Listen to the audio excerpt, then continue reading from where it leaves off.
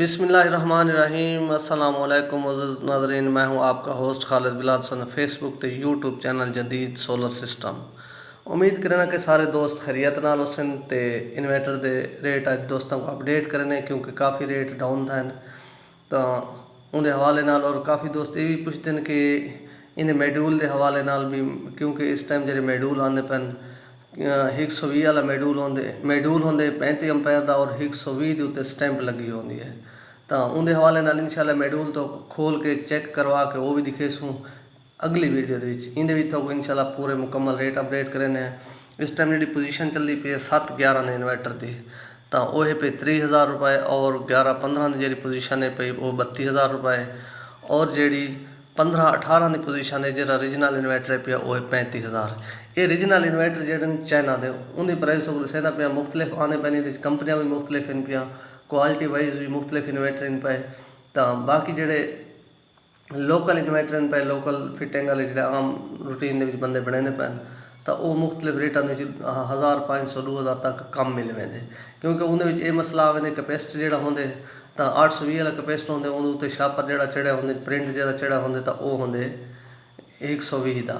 तो अक्सर क्योंकि जो इन्वर्टर के कैपेसिटर वगैरह आता पे ज़्यादातर 820 प्रिंट के उन्हें शापर लेबल चढ़िया होंगे ज़्यादा वड्डा। तो वही चीज़ को भी जाँच करके गिनना चाहिए, क्योंकि कैपेसिटर का वेट होंगे वजन होंगे और उनके हवाले नाल उसको देख के जाँच के गिनना चाहिए।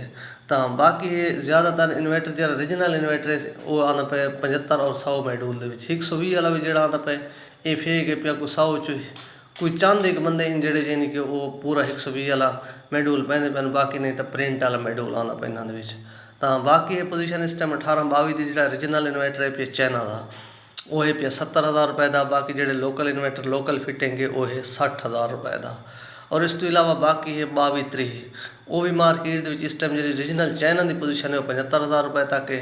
बाकी जो लोकल फिट थी पैन वो 65,000 तक भी सेल मार्केट के थी, 65 तो कम मार्केट भी थी पैन 55 तक भी थी पैन जो लोकल इन्वर्टर, क्योंकि उन्होंने क्वालिटी वाइज भी फर्क होंगे और फिटिंग के बाज़ तो लोग मुख्तलिफ चीज़ा कम ज़्यादा करके उन्हें रेट डाउन कर रहे हैं।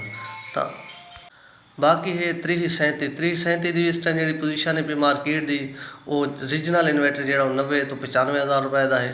तो एक बई चीज़ भी तो दसी वे कराउन के इन्वर्टर भी मार्केट के काफ़ी सेल थी पैन 18 महीने वारंटी के सेल थी पैन, वो भी अच्छा इन्वर्टर है पिया। तो उनकी भी तो मार्केट की प्राइस दसी वे उनका भी जो 18-22 का इन्वर्टर है पिया वो 90,000 रुपये का और 22-23 का जो इन्वर्टर है वो लाख रुपये का है। तो जो इन्वर्टर है पिया 3037 का वो मार्केट के पिया 90 तो 95,000 रुपये का। तो बाकी है पिया 3745 उनकी भी इस टाइम मार्केट जी चलती पी है जो लोकल इन्वर्टर है पिया वो तकरीबन 90,000 तक लाख तक मिल वेंदे और जो रीजनल इन्वर्टर पिया वो 1,15,000 रुपये का रीजनल चाइना का। तो बाकी है पिया 4555 उनकी भी इस टाइम जी मार्केट चलती पी है सारे को सारे लईए रीजनल इन्वर्टर की वो चलती पी 1,40,000 रुपये और जो लोकल इन्वर्टर ने मुख्तलिफ कीमत 120 तक भी मिल वेंदे। तो बाकी है 5575 का 5575 जो रीजनल इन्वर्टर पे इस टाइम मार्केट के 1,65,000 रुपये का है। तो बाकी उनके जो काफ़ी आए पैन लोकल इन्वर्टर लोकल मुख्तलिफ बंदे बने पैन और दूजे 3 मेड्यूलों जो आम ओपन मेड्यूल है पिया उनके जो काफ़ी हद तक सस्ता मिल वेंदे तकरीबन 130 तक 35 तक वो भी मिल वेंदे। तो बाकी है पिया 75-110 उनकी भी इस टाइम जी मार्केट है पई वो तकरीबन रीजनल इन्वर्टर जो 1,90,000 तक मिल वेंदे।